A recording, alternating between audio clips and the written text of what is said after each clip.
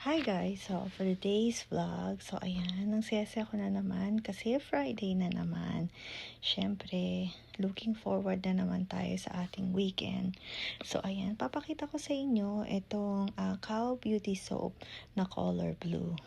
So, pag nag-order kayo, tatlo yan, bar soap. So, ayan, ganyan yung itsura niya. And then, papakita ko sa inyo mismo yung bar soap. So, ayan, open na natin. So, ayan. So, mabango din siya guys. Ayan. Kaya nga hindi ko rin mapigilan na amoy-amoyin. So, ganyan yung itsura niya.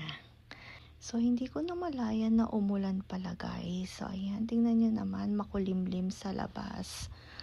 Ayan. So, tumigil naman na yung ulan. Pero, ayan. So, alis na tayo. Punta na tayo sa work, syempre. Ayan. Lock na natin yung door.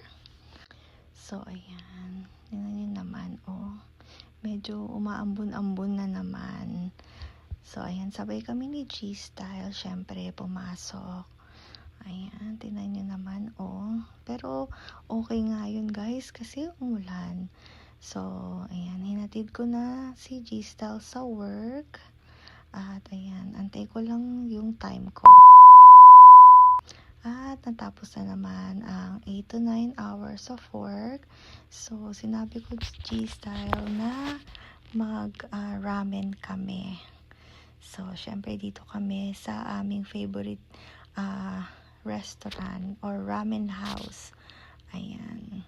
So, marami na rin kaming vlog dito guys. Kung lagi kayong nanonood sa akin. So, ayan si G-Style. So, nantay na lang namin yung order namin. So, naka-order na kami. So, pagpasok nyo, ayun, doon kayo magbabayad. May vending machine doon.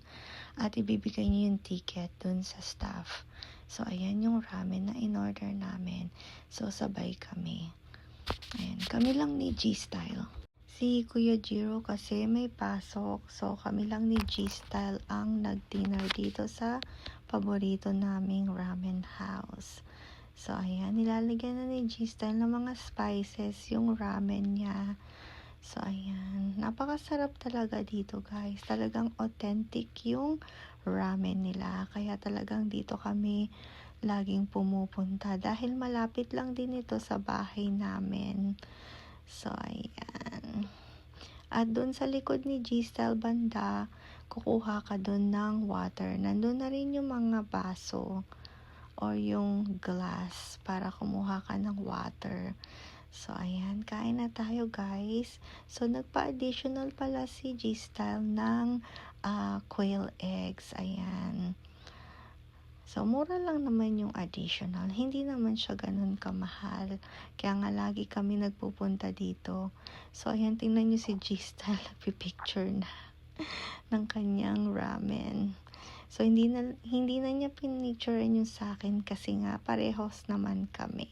Kain na tayo guys. And then, after namin kumain, so, uuwi na rin kami.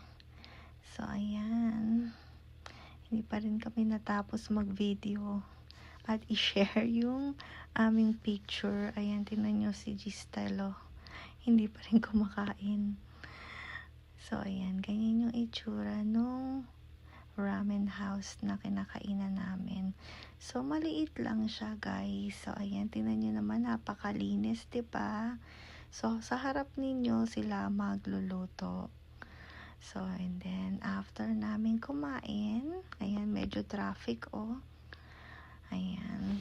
So, uwi na rin kami at para makapagpahinga na rin dahil ngayong araw na to ay napaka long day.